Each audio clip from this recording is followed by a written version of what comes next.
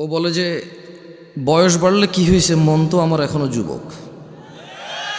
আরে ভাই, আপনারা ঠিক কইতে কইছি আমি? তাহিরি শ্রোতা আপনারা, হ্যাঁ? তো তাইলে ঠিক বেঠিক বলতেছেন কেন? তো জিজ্ঞেস তো করি নাই ভাই। সরি ভাই, কিছু করার দেয়। ওই যে ভিডিও ম্যানরা বলবে যে জামশেদ মজুমদার কি অহংকার নিয়ে কথা বলে, মানুষের তুচ্ছ করে কথা বলে। আর এগুলা ওনারা কি করতেছে এখানে? আসতে ইসলাম শিখতে আসে, ঠিক বেঠিক আপনি সিদ্ধান্ত দিবেন। এই যখন থেকে শ্রোতারা ঠিক বেঠিক সিদ্ধান্ত দিচ্ছে, তখন থেকে বক্তারা যা খুশি তা বলে যে ঠিক কিনা, লোকে কয় ঠিক ঠিক হয়ে যায়, শেষ। আর কোনো মানদণ্ড নাই ঠিক বেঠিকের, কোনো কোরআন সুন্নাহ থেকে দলিল প্রমাণ লাগে না। খালি বক্তা গবু ঠিক কিনা, শ্রোতা গবু ঠিক, এই ঠিক, ব্যাস। যুব সমাজের অবক্ষয়তার কারণ যদি নিয়ে কথা বলি, সবগুলো তো দূরের কথা, 10টা 5টা কারণ তো দূরের কথা। যদি খালি যুবকের নেশার বিষয়ে কথা বলি, তো কতক্ষণ বলা সম্ভব? কতক্ষণ বললে নেশার বিষয় বলে শেষ করা সম্ভব? আর আমি বা কতটুকু জানি কতটুকু অধঃপতন হয়েছে। যুবতীর বেপরদা, পর্দাহীনতা, এইটা নিয়ে যদি কথা বলি, তাহলে কতক্ষণ বলা সম্ভব? কতটুকুই বা বলার জ্ঞান রাখি? উলঙ্গ থেকে মানুষ বেপর্দা থাকতো, তারপর মানুষ জামা কাপড় পরল, ওগুলো পরে এখানে সেখানে এমন ডিজাইন করছে, উলঙ্গর চাইতে বেশি ভালগার দেখা যায়। তারপর কিছু মানুষ বোরখা বানানো শুরু করলো, স্ট্রবেরি কালার, পিঙ্ক কালার, বুকের সামনে ফুল, নাভির নিচে ফুল, কোমরের মধ্যে পিতা দিয়ে টাইট করে বান্দা দিয়া, হাত এভাবে তুইলা মেয়েরা মাদ্রাসার হাঁটে এখন। তো যুবতীর, আমার বোনের বেপরদা নিয়ে কথা বললে কতক্ষণ কথা বলবো, আর কতটুকুই বা বলা সম্ভব? আমি বা কতটুকু জানি? যুবকের অবক্ষয় নিয়ে কথা বললে, রাস্তাঘাটে কোনো মেয়ে ছক্কা লুডু খেলে না, সবগুলা যুবকরাই তো খেলে। রাস্তাঘাটে যুবতীরা সিগারেট, গাঁজা, ইয়াবা সেবন করে বেড়ায় না, যুবকরাই করে। এখনো সিনেমা হলের টিকিট যুবক যুবতীকে ফুসলায় ফাসলায় 2টা টিকিট কেটে নিয়ে যায় সিনেমা দেখতে। এখনো জানার সমস্ত বিল যুবক ভরে। রাস্তাঘাটে মারামারি, গালিগালাজ, এগুলো যুবকরাই করে, পুরুষরাই করে। আবার আল্লাহ থেকেও আদিষ্ট হয়েছে প্রথমে নিজের চক্ষু অবনত করে লজ্জাস্থানের হেফাজত করতে। সেই যুবক কিনা বেপরদা মহিলার দিকে তাকিয়ে থেকে ফেসবুকে পোস্ট করে, মাইক হাতে বেয়ে কথা বলে, জায়গা জায়গায় সমালোচনা করে, সমাজটা নষ্ট হয়ে গেছে, নারীরাই নষ্টের মূল, বেপরদা চলে, সব ছেলে নষ্ট করে দিছে। অথচ ও ল্যাংটা হাঁটলেও পুরুষের জন্য আল্লাহর পক্ষ থেকে আদেশ, নিচে তাকাবে তারপরে হাঁটবে। ও নিচে তাকাবে না, নিজেরটা মানবে না, আরেকজন মানে নাই, সেটার সমালোচনা করে বেড়ায় যুবক। এখানকার যুবকের ধারণা পর্দা মানি হচ্ছে মহিলা, পর্দা মানি মা, বোন, স্ত্রী, কন্যা, দাদি, নানি, ফুফি, খালা। পর্দা মানি মহিলা। যখন তারা পর্দাকে এভাবে খ্রিস্টানদের মতো, ইহুদি নাসারাদের মতো যখন পরিবর্তন করতে শুরু করলো পর্দার মিনিং, তখন আল্লাহর আযাব এদের উপরে চলে আসছে। এদের মহিলারা বলতেছে যে আরে পর্দা কি পোশাকে আছে নাকি, মনে হলো পর্দা। কারণ এরা পর্দার অপব্যাখ্যা করেছে, এরা পর্দার মানে সমস্ত মহিলার বদনাম করেছে। কিন্তু নিজেকে যে আল্লাহ নিচের দিকে তাকানোর জন্য বলেছে, ওই মহিলার দিকে না তাকাইতে বলেছে, নিষেধ করেছে, সেটা মানেনি। ঘরে সিলিন্ডার গ্যাস ব্লাস্ট হলে নতুন বউ মারা গেছে, পুকুরে পড়ে মারা গেলে নতুন বউ মারা গেছে, যে বউটা যৌতুক দেওয়ার কথা ছিল যৌতুক দিতে পারে নাই, মোহর দিয়ে বিয়ে করার কথা ছিল, পুরুষ যৌতুক নিচ্ছে। এরপরে বলতেছে সমাজে পুরুষ নির্যাতন হয়, আপনারা জানেন না। তো তুই কি পুরুষ রে বেটা? পুরুষ তো মহিলাকে টাকা দিয়ে বিয়ে করে, তুই তো টাকা নিচ্ছিস। পুরুষ তো মহিলাকে টাকা দিয়ে বিয়ে করে, পুরুষ উপার্জনের জিম্মেদার নিজেকে মনে করে। মা বোনকে কাজে লাগাই দে না, মেয়েকে কাজে লাগাই দে না।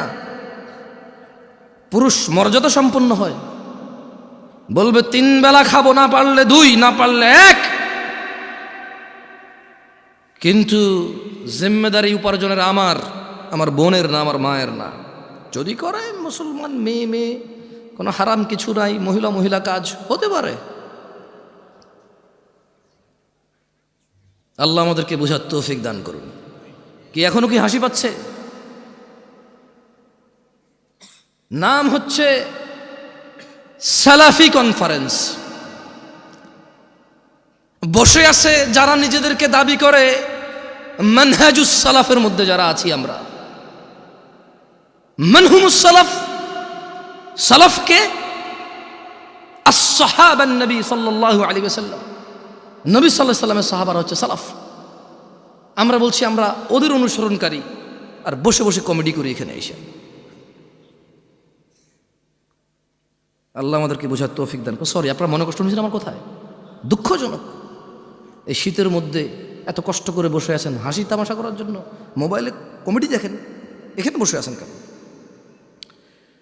মনে রাখতে হবে যুবক ভাই আমার, বর্তমানে আমাদের যুব সমাজের অসংখ্য সংকট, অসংখ্য সমস্যায় জর্জরিত আমাদের সমাজ। এর মধ্যে নাম্বার 1 আর নাম্বার 2, কোনটা 1 নাম্বার কোনটা 2 নাম্বার এটা বলা কঠিন হয়ে যাবে। নেশা আর জেনা, জেনা 1 নাম্বার নাকি নেশা 1 নাম্বার এটা বলা কঠিন হয়ে যাবে, এমন ব্যাপক হারে হয়েছে। ছেলে জেনার সম্পর্ককে প্রেম বলে, ভালোবাসা বলে। ছেলে জেনার সম্পর্ক কন্টিনিউ করে কেন? বিয়ে করবে আশ্বস্ত হয়ে। সে জেনাকে হালাল মনে করে নিয়েছে, কারণ সে মনে করে ওই মেয়েকে সে বিয়ে করবে, এই জন্য তার জন্য এটা হালাল মনে করে সে। অথচ সে ভুলে যায় সে মারা যেতে পারে। সে ভুলে যায় ওই একই মেয়েকে বিয়ে করলেও বিয়ের আগের সম্পর্ক হারাম হারাম বলেই থাকবে লিপিবদ্ধ।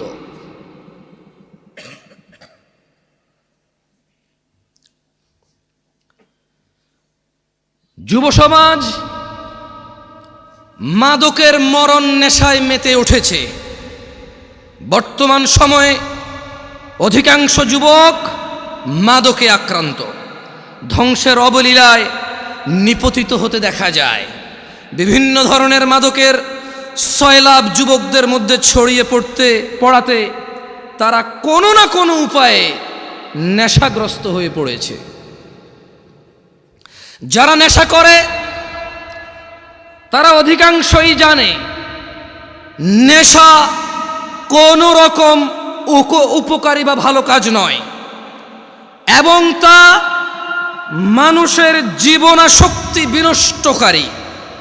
এইসব জেনে শুনেও যুবক মাদকাসক্ত নেশার অন্ধকার জগতের মধ্যে থাকতে চায়। ও থাকতে চায় নেশায় বিভোর হয়ে, উদাসীনতায় মেতে থাকতে চায়, এটা জেনেও যে নেশা ওকে ধ্বংসের সর্ব উচ্চ পর্যায়ে নিয়ে যাবে, ধ্বংসের সর্বশেষ পর্যায়ে নিয়ে যাবে, এটা ও জানে, তারপরও সে মেতে থাকতে চায় নেশায়। মাদকাসক্ত তরুণ প্রজন্ম ধর্ম কর্ম সব কিছু বিসর্জন দিয়ে হতাশাকে, স্যাডনেসকে, সরাউনেসকে আপন করে নিতে চায়, সঙ্গী করে নিতে চায়। জীবনের চলার পথ থেকে বিভ্রান্ত হয়ে পড়েছে এবং বিবেক বুদ্ধি হারিয়ে সামাজিকতা থেকে দূরে সরে যেতে চায় যুবক, নেশায় আসক্ত হয়ে, নেশাকে আপন করে নিয়ে। অথচ মুসলমানের সন্তান জুমআ পড়ে, খুতবা শোনে, ওয়াজে আসে, মক্তবে পড়েছে, মাদ্রাসায় পড়েছে, ওর পরিবারের কেউ না কেউ মাদ্রাসায় পড়েছে, ও ওয়াজ শুনে ইউটিউবে, তারপরেও সে ইসলামের বিধিবিধান সম্পর্কে গাফেল ও বেপরোয়া। অথচ ইসলাম মানুষকে নেশা গ্রহণ, মাদক সেবন হতে সম্পূর্ণ নিষেধ করে। মানুষকে ধ্বংস ও করুণ পরিণতি হতে রক্ষা করার জন্য ইসলামী অনুশাসন মেনে চলার কোনো বিকল্প নেই যুবক ভাইয়েরা। তাই আমাদের জানতে হবে ইসলাম মাদক সম্পর্কে কি কি দিক নির্দেশনা দিয়েছে। কি ঠিক কিনা বলতেছেন না যে কি খারাপ লাগতেছে? তা 2-3 বার জিজ্ঞেস করে নি, বলেন, তাহলে ঠান্ডা হয়ে যাবেন। বলবেন যে এত কষ্ট করে ওনার লাগে বসে আছি, উনি একটাবারও ঠিক কিনা গুলো না ঠিক বলতে পারলাম না। আজকে তো ওয়াজ যে ঠিক হয়েছে স্বীকৃতি দিতে পারলাম না, সার্টিফিকেট দিতে পারলাম না, ঠিক কিনা? ভালো হয়েছে, ঠিক আছে, আর ভালো লাগবে না। লা ইলাহা ইল্লাল্লাহ। দই জমান ভাই, মানুষ জমায়েন না, ওয়াজ জমায়েন না, ওয়াজরে জমতে দিয়ে না, জমে গেলে তো বসে যাবে, শেষ। আমি চাই ওয়াজ না জমুক, ওয়াল্লাহ আমি চাই শ্রোতা না জমুক, ওয়াজ না জমুক। আমি চাই আল্লাহর এই পৃথিবীতে কত নবী রাসূল প্রেরণ করেছে যাদের উম্মত খুবই অল্প সংখ্যক, কিন্তু তারা অসফল নয়। অ্যাজ এ নবী এবং অ্যাজ এ রাসূল আলাইহিমুসসালাম আজমাইন তারা অসফল নয়। আমি জামশেদ মজুমদার কখন এটা বিশ্বাস করি না এত বড় প্যান্ডেলে এত মানুষ থাকলেই কল্যাণ। আমি বিশ্বাস করি man to man, eye to eye. একজনের সামনে বসে আছি, কথা বলতেছি, ও কানেক্ট হয়েছে, ও বুঝতেছে আমি কি বলছি, ও মেনে নেওয়ার পক্ষে উদ্বুদ্ধ হয়েছে এবং চেষ্টা করতেছে মেনে নেওয়ার জন্য। আমার কাছে এইরকম এত পরিমাণ শ্রোতার চাইতে ওই একজন অনেক বেশি মূল্যবান, যে নিজেকে সংশোধন করার জন্য শুনে। যে সংস্কৃতি মাহফিল একটা বাৎসরিক সংস্কৃতি আদায় করতে আসে না, যে দিন শিখতে আসে, সে আমার কাছে বেশি মূল্যবান। যাই হোক, ইসলাম মাদক সম্পর্কে আমাদের যে দিক নির্দেশনা দেয় তার সম্পর্কে জানা অত্যন্ত জরুরি।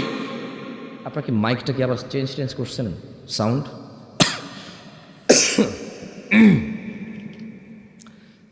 রাসূলুল্লাহ সাল্লাল্লাহু আলাইহি ওয়াসাল্লাম মাদক সম্পর্কে সতর্কবাণী উচ্চারণ করে বলেন, যে কোনো ধরনের নেশাজাত পানীয় হারাম। কোন ধরনের? এইগুলা বলিয়েন, ঠিক বা ঠিক জিজ্ঞেস করবো না, মানে এতক্ষণ তো কথা বলছি, এখন 2-1টা হাদিস পড়বো, আয়াত পড়বো, আপনাদেরকে জিজ্ঞেস করব। যেটা জিজ্ঞেস করব ক্লাসে যেমন শিক্ষকরা ছাত্রদেরকে পড়ায়া জিজ্ঞেস করে, ছাত্ররা বলে, আমি চাই একটা হাদিস পড়বো, আপনাদের জিজ্ঞেস করব, আপনারা বলবেন। তাহলে কি হবে?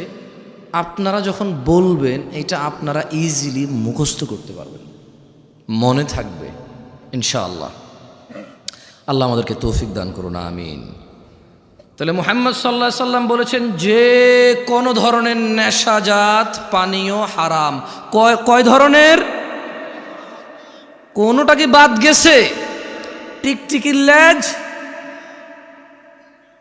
ইয়াবা, গাঁজা, এগুলো তো হাদিসের নাম নিয়ে নাই, এগুলো হাদিসে নাম নিয়ে নাই। কিন্তু যেই জিনিসের নেশা হয় সেটা হারাম কে বলেছে? মুস্তাফা আলাইহিস সালাম। তিনি আরো বলেন, কুল্লু মুস্কিরিন খামর, নেশাজাত যে কোনো দ্রব্যই মাদক, ও কুল্লু মুস্কিরিন হারাম, আর যাবতীয় মাদকই হচ্ছে হারাম। ওয়ামান শারিবাল খামরা ফিদ দুনিয়া ফামাতা ওয়া হুয়া ইউদমিনুহা লাম ইয়াতুব, আর যেই ব্যক্তি দুনিয়াতে মাদক সেবন করে অতঃপর নেশাগ্রস্ত অবস্থায় মৃত্যুবরণ করে তওবা না করে, লাম ইয়াশরাবহা ফিল আখিরাহ, আল্লাহ সুবহানাহু ওয়া তাআলা আখিরাতে তাকে মদ পান করা থেকে বঞ্চিত করবে। তাহলে আমরা বুঝলাম আনার জান্নাতি ফল, আঙ্গুর জান্নাতি ফল, মদও জান্নাতি পানীয়। মদ কি? মদ কি? জান্নাতি পানীয়। তবে জান্নাতি পানীয় যে মদ, ওখানে নেশা নাই। বিশ্বে আমরা মানুষরা যে মদ তৈরি করি সেই মদের নেশা আছে। আর যদি নেশা না হয় এটাকে মদই বলা হয় না। বুঝে আসছে না? আসে নাই? ওটাকে শরবত বলে। কি বলে? যেটা খেলে নেশা হয় না ওটাকে কি বলে? আর যেটাই খেলে নেশা হয় সেটাকে কি বলে? মদ। আখিরাতের মদে নেশা হবে না, কিন্তু ওটার নাম মদ। কেমন? আল্লাহ আমাদেরকে বুঝার তৌফিক দান করুন, আমিন। মানব সভ্যতার প্রতি মারাত্মক হুমকি সৃষ্টিকারী দেশের অন্যতম অভিশাপ মাদকাসক্তি। মাদক দ্রব্যের নেশার ছোবল এমনই ভয়ানক যে তা ব্যক্তি, পরিবার, সমাজ, দেশ থেকেই বিচ্ছিন্ন করে না খালি, বরং তা সমগ্র জীবন ধ্বংস করে দেয়। মানবতার মুক্তির কাণ্ডারি ইসলামই সর্বনাশা মাদক সম্পর্কে মানব জাতিকে সর্বোচ্চ সতর্ক করেছে। মানুষ যাতে মাদক থেকে দূরে থাকে তার জন্য মাদক সেবনে এই নেশাগ্রস্ত ব্যক্তির জন্য ইসলাম শাস্তির ব্যবস্থা করেছেন, ঘোষণা করেছেন, যাতে মানুষ আল্লাহকে পরোয়া করে, যাতে মানুষ জান্নাতকামীরা, জান্নাতের মনোবাসনা যাদের ভিতরে আছে, যারা জাহান্নাম থেকে বাঁচতে চায়, যারা রক্ত পুজ খেতে চায় না, যাদের ইচ্ছা নেই মাথার উপরে আল্লাহ গরম পানি ঢেলে দেবে আর টকবক টকবক করে এটা উতরাবে, যাদের এমন ইচ্ছে নেই জাক্কুম ফল খাওয়ার, জাক্কুম কাটা খাওয়ার, যাদের এমন ইচ্ছে নেই হুতমাতে যাওয়ার, ওয়াইলে যাওয়ার, আগুনে প্রবেশ করার, ইসলাম তাদের জন্য ওয়ার্নিং দিয়েছে মদের বিষয়। কি বলেছে? কোরআনুল কারীমে আল্লাহ বলেছে, ইয়া আইয়ুহাল্লাযীনা আমানু, ও মুমিনগণ। তাহলে কি সবাইরে বলছে? সবাইরে বলছে। কারে বলছে? কারে বলছে? অমুসলিমদেরকে বলে নাই? irrelevant to them because they don't believe in Allah subhanahu wa ta'ala. তারা আল্লাহকে বিশ্বাস করে না, সো তারা আখিরাতকে বিশ্বাস করে না, জান্নাতকে বিশ্বাস করে না, জাহান্নামকে বিশ্বাস করে না। বলে যে আমরা দেখছি না তো এটা।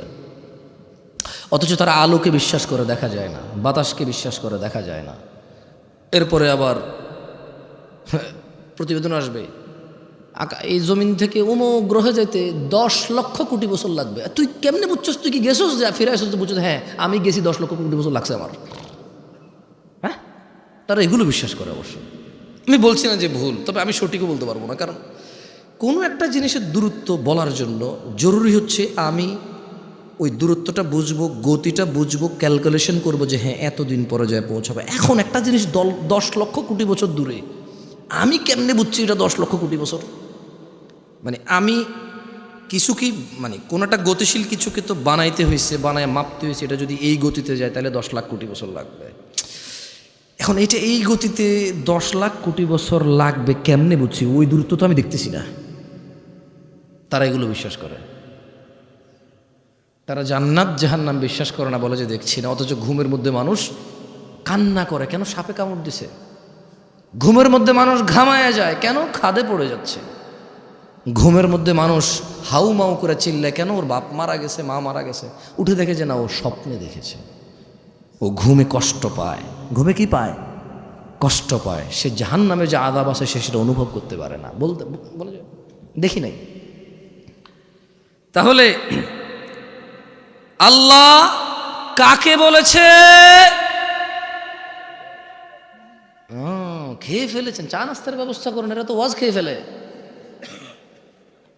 ইয়া আইয়ুহাল্লাযীনা আমানু, হে তোমরা যারা ঈমান এনেছো, ইন্নামাল খামরু ওয়াল মাইসিরু ওয়াল আনসাবু ওয়াল আজলাম রিজসুম মিন আমালিশ শাইতান ফাজতানিবুহু লাআল্লাকুম তুফলিহুন।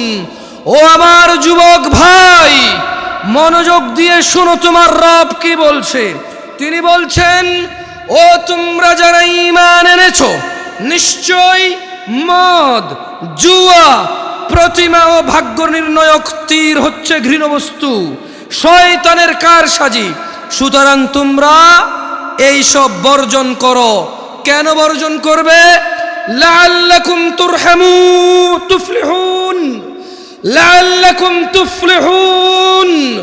মদ ছেড়ে দাও, লাআল্লাকুম তুফলিহুন। জুয়া ছেড়ে দাও, লাআল্লাকুম তুফলিহুন, যাতে তোমরা সফল হও, বিজয়ী হও। কোন মানুষ মদ খেয়ে নেশা করে অথবা জুয়া খেলে সফল হবে না, ইম্পসিবল। আল্লাহ সুবহানাহু ওয়া তাআলা বলেছে এটা, যে তোমরা মদ ছাড়ো, জুয়া ছাড়ো। কেন? লাআল্লাকুম তুফলিহুন, যাতে তোমরা সফল হতে পারো। আবু দারদা রাদিয়াল্লাহু আনহু থেকে বর্ণিত, তিনি বলেন, আমাকে আমার প্রিয় বন্ধু রাসূল সাল্লাল্লাহু আলাইহি ওয়াসাল্লাম এই মর্মে ওসিয়ত করেছেন, লা তাশরাবিল খামর ফাইন্নাহা মিফতাহু কুল্লি শারর। একদা আবু দারদা রাদিয়াল্লাহু আনহু বলছে যে মুহাম্মদ সাল্লাল্লাহু আলাইহি সাল্লাম আমার বন্ধু আমাকে ওসিয়ত করেছে। কি করেছে? কি করেছে? আপনারা ঠিক বলতে বলতে অভ্যস্ত তো, ওইটাই খালি বলেন, অন্য কিছু আর বলেন না। কি করেছে? ওসিয়ত করেছে। আমার সাথে পড়েন হাদিসটা, বলেন আবু দারদা রাদিয়াল্লাহু আনহু থেকে বর্ণিত,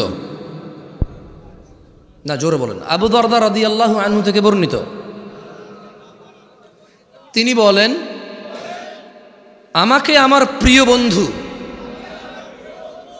রাসূলুল্লাহ সাল্লাল্লাহু আলাইহি ওয়াসাল্লাম এই মর্মে ওসিয়ত করেছেন, লা তাশরাবিল খামরা। ও আবু দারদা, তুমি কখনো মদ পান করিও না। ফাইন্নাহা মিফতাহু কুল্লি শারর, কারণ মদ, নেশা সকল অকল্যাণ, সকল খারাপ, সকল পাপের চাবিকাঠি। বুঝছেন না? বুঝেন নাই? মানে একজন মানুষ যদি নেশা করে, এই পৃথিবীতে আর এমন কোনো খারাপ কাজ নাই যেটা তার দ্বারা সম্ভব না। এটা কি আমি বলছি? আবু দারদা রাদিয়াল্লাহু আনহু বলছে। ওনাকে ওসিয়ত করেছে কে? আবার খাইছে, আর একটু যা নাস্তা দেন এদেরকে। ওসিয়ত করেছে কে? মুস্তাফা আলাইহিস সালাম। ওসিয়ত করেছে কে? রাহমাতাল লিল আলামিন। কে? ইমামুল আম্বিয়া। কে? ইমামুল মুরসালিন। কে? খাতামান নবিয়্যিন। কে? ওসিয়ত করেছে যে ও আবু দারদা, তুমি নেশা করিও না। তুমি যদি নেশা করো তাহলে এটা সকল পাপের, সকল অকল্যাণ, সকল অঘটনের চাবিকাঠি হচ্ছে এই নেশা। তাইলে ছোট্ট একটা গল্প বলি বনি ইসরাইলের। কেমন? আল্লাহ নবী সাল্লাল্লাহু আলাইহি ওয়াসাল্লামও বলেছে যে তোমরা বনি ইসরাইলের গল্প বলো, তবে মিথ্যা বলিও না। কি বলিও না?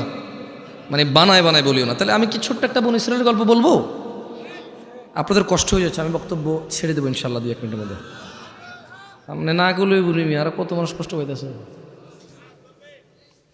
আপনি চালান, আমি পারবো না এত বেশি চালাইতে। বেশি চালাইলে ব্রেক ধরবে না, পরে ডাইরেক্ট 120 গতিতে মারলে 30-40 পিছিয়ে এসে মেরে দিবে গাড়ি।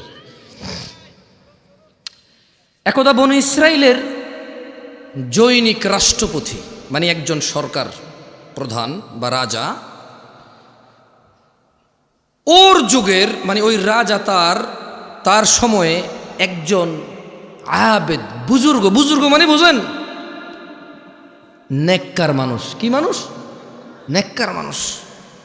তো ওই রাষ্ট্রপতি ওর যুগের একজন নেককার মানুষকে 4টি কাজের যে কোনো একটি কাজ করতেই হবে বাধ্য করেছে।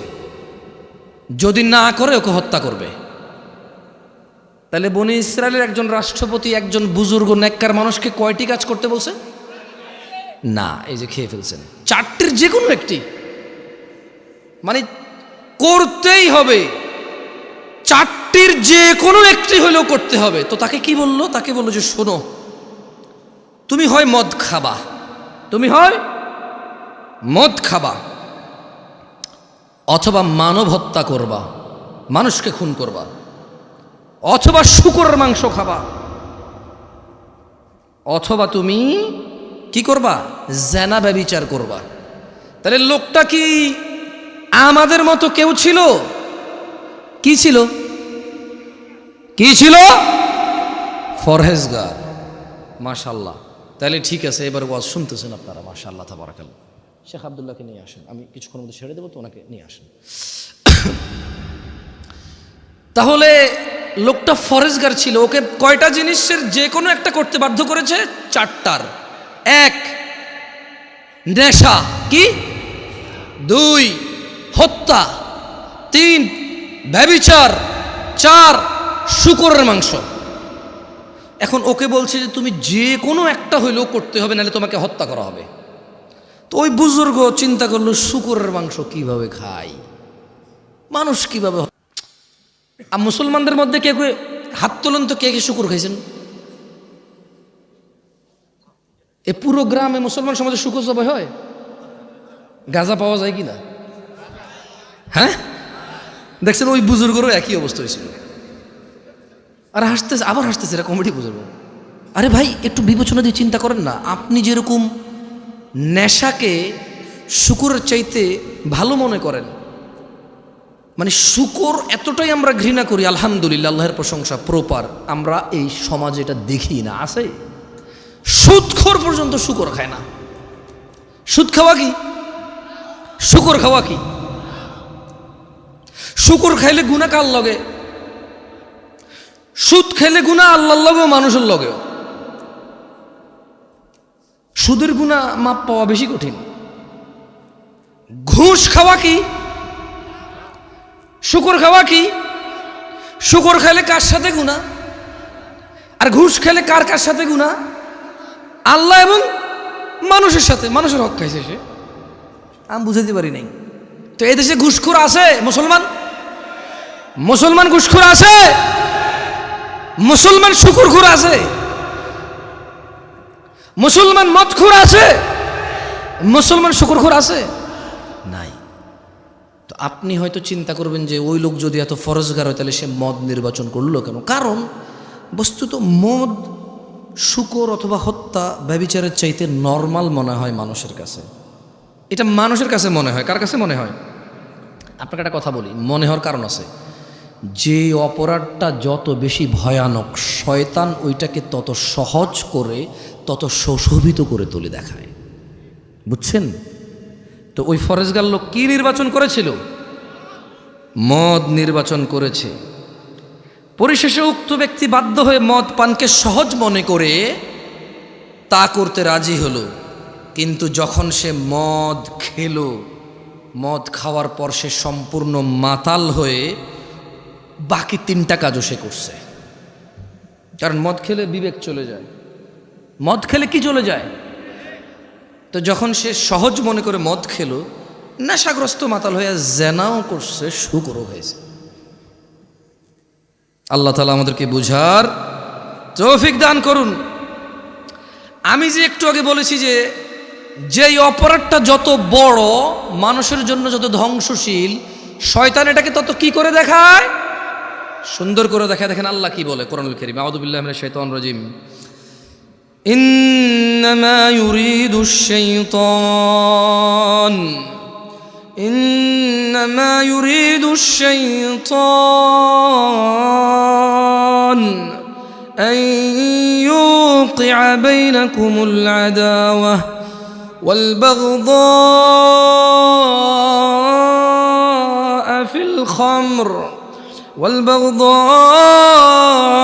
في الخمر والميسر ويصدكم عن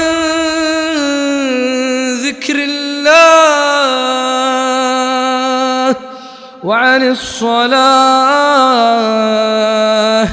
فهل أنتم منتهون। নিশ্চয়ই শয়তান মদ, জুয়ার দ্বারা। নিশ্চয়ই ইন্নামা ইউরিদু শাইতান, নিশ্চয়ই শয়তান চায় মদ জুয়ার দ্বারা তোমাদের মধ্যে পারস্পরিক শত্রুতা বিদ্বেষ ঘটাতে এবং তোমাদের আল্লাহর স্মরণ ও নামাজ থেকে বিরত রাখতে।